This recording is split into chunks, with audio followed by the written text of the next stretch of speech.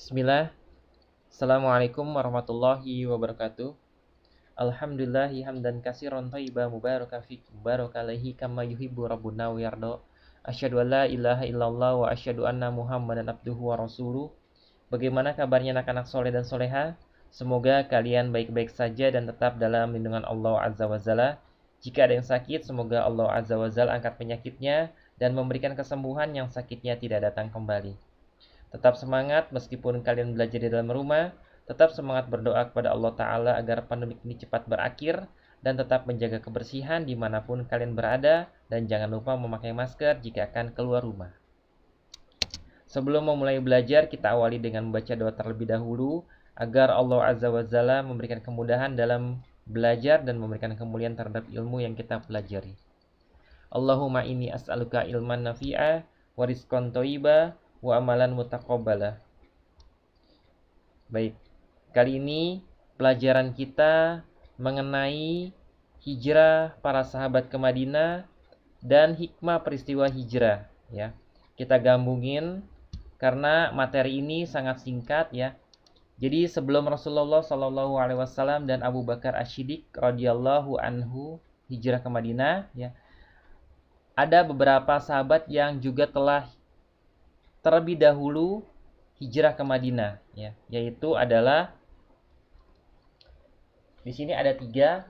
Yang pertama adalah Abu Salamah, yang kedua adalah Su'aib Ar-Rumi, dan yang berikutnya yang ketiga adalah Umar bin Khattab ya. Jadi ketiga sahabat itu masing-masing memiliki perbedaan pada saat melakukan hijrah ke Madinah. Ada yang hijrah dengan secara terang-terangan, ada juga yang hijrah dengan meninggalkan istri serta juga anak, dan juga yang hijrah dengan mengeluarkan harta dan juga mengeluarkan seluruh usahanya ditinggalkan di kota Mekah ya. Jadi masing-masing sahabat itu mempunyai ciri khas tersendiri pada saat melakukan hijrah ke kota Madinah. Jadi Rasulullah Shallallahu alaihi wasallam dan kaum muslimin ini bukan tanpa alasan untuk hijrah ke kota Madinah ya. Jadi ada berbagai faktor yang menjadi pemicu untuk melakukan hijrah. Ya, karena salah satunya adalah siksaan dan tekanan dari kaum kafir Quraisy, dan juga untuk melakukan dakwah secara terbuka. Berbagai ancaman mulai diarahkan kepada beliau dan orang-orang beriman yang mengikutinya. Maka Rasulullah SAW berpikir untuk mencari perlindungan keluar Mekah, sehingga terjadilah hijrah kaum muslimin. Ada yang ke Habasyah, ada yang ke Taif, dan kemudian ke Madinah ya. Tetapi penyebab hijrah ini diantaranya adalah karena penyiksaan dan penindasan dari kaum kafir Quraisy atas kaum muslimin ya. Faktor ini tersidap dalam perkataan Bilal radhiyallahu anhu ketika ia hendak berhijrah ya. Wahai Allah, laknatlah Syaibah bin Rabi'ah, Utbah bin Rabi'ah, dan Umayyah bin Khalaf ya, sebagaimana mereka telah menyebabkan kami keluar dari negeri kami ke negeri derita ini.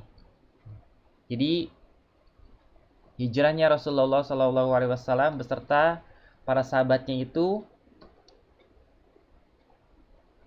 karena banyak tekanan ya.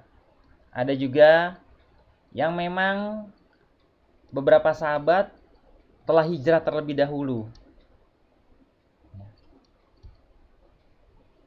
Yang kedua adalah karena adanya kekuatan yang akan membantu dan melindungi dakwah, sehingga memungkinkan Rasulullah SAW berdakwah dengan leluasa ya. Hal ini sebagaimana tertuang dalam nas Baitul Aqobah kedua, yaitu kaum Ansor berjanji akan melindungi Rasulullah SAW sebagaimana melindungi anak dan istri mereka.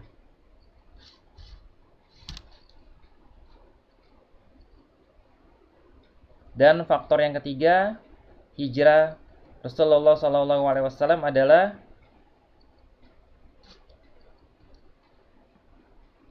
bahwasanya masyarakat Mekah menganggap Rasulullah SAW sebagai pendusta, sehingga mereka tidak mempercayainya. Ya.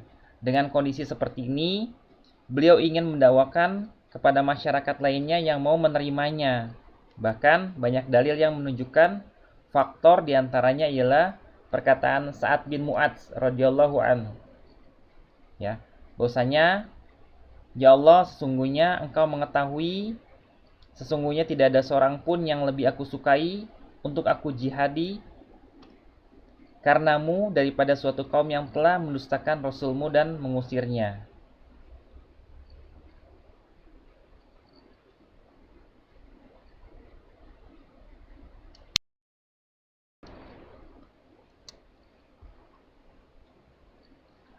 Baik, jadi hikmah peristiwa hijrah Rasulullah SAW adalah tercantum dalam hadis riwayat Bukhari bahwasanya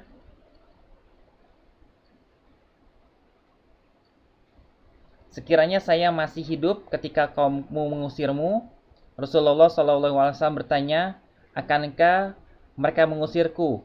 Ya, jawab Warokah, ya. Tidak ada seorang pun yang datang membawa ajaran yang serupa dengan yang kamu bawa, melainkan akan dimusuhinya atau dianiaya. Dan yang kedua adalah dari penjelasan itu, ya. Jadi faedah hijrah Rasulullah yang kedua adalah bahwasannya Nabi SAW bersabda, saya melihat dalam mimpi bahwa saya berhijrah dari Mekah ke negeri yang dipenuhi dengan pohon kurma. Saya menduga ke Yamamah atau Hijr, ternyata ke Madinah, ya. Jadi dahulu itu adalah Yasrib. Al-Fat Al-Bari, ya. 7231. Jadi Rasulullah SAW itu diberitahukan kepada Abu Bakar radhiyallahu anhu, ya, saya telah diizinkan untuk berhijrah. Tapi Abu Bakar bertanya, saya menemanimu wahai Rasulullah, ya. Hadis riwayat Bukhari nomor 3905. Dan yang ketiga, hikmah dari hijrah Rasulullah adalah bahwasanya ini bukan suatu rekreasi yang diinginkan oleh muhajirin dan bukan pula karena Mekah, ya. Karena merupakan negeri berpenyakit sehingga mereka bergembira dengan berita wajibnya hijrah dari Mekah ke Madinah, ya. Tetapi ada juga yang diperintahkan atau dibebankan dengan berkaitan dengan akidah yang mereka yakini kebenarannya. Nah, itu adalah hikmah hijrah Rasulullah SAW yang ketiga. Dan yang keempat, hikmahnya bahwasanya para sahabat Rasulullah SAW melaksanakan perintah Rasulullah SAW terhadap hijrah ke Madinah dengan meninggalkan anak, harta, dan tanah air. Jadi tidak ada yang tertinggal di Mekah kecuali orang yang dikehendaki Nabi SAW untuk tinggal, ya, karena memiliki uzur dan lain sebagainya. Dan hikmah yang kelima adalah bahwasanya mengandung kemuliaan yang istimewa bagi Abu Bakar radhiyallahu anhu, ya, yang dipilih oleh Rasulullah SAW dalam hijrahnya sebagai kawan. Bahwasanya Abu Bakar menyerahkan anaknya, pembantunya, dan hartanya untuk keperluan hijrah, ya. Bahwasanya cukup firman Allah yang membenarkan. Quran surat At-Taubah ayat 40.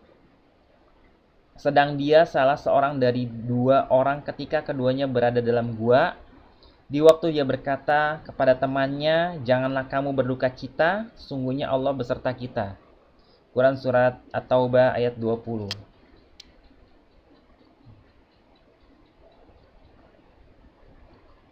Dan yang keenam, hijrahnya Rasulullah SAW bersama para sahabatnya menunjukkan keistimewaan Ali bin Abi Thalib karena dialah yang tidur di tempat tidur Rasulullah SAW. menggantikan posisinya yang sangat berbahaya, mempertaruhkan nyawa dengan satu keyakinan kepada Allah akan menjaga dan melindunginya.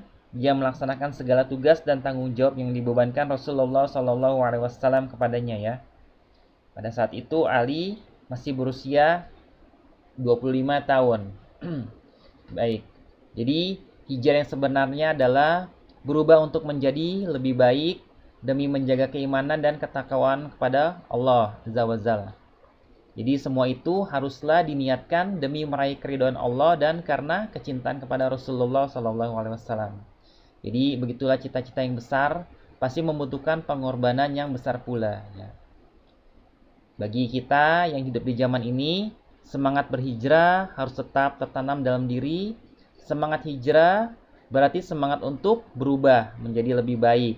Dari malas menjadi rajin, dari maksiat menjadi taat, dari durhaka menjadi soleh, dari kikir menjadi dermawan, dari dendam menjadi pemaaf, dari perpecahan menjadi persatuan, dan dari kufur menjadi iman ya. Itu adalah hijrah pada saat kita di zaman ini ya.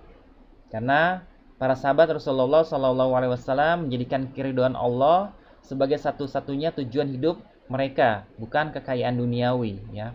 Jadi mereka adalah orang-orang yang merindukan surga dan lebih memilih kehidupan di akhirat daripada di dunia.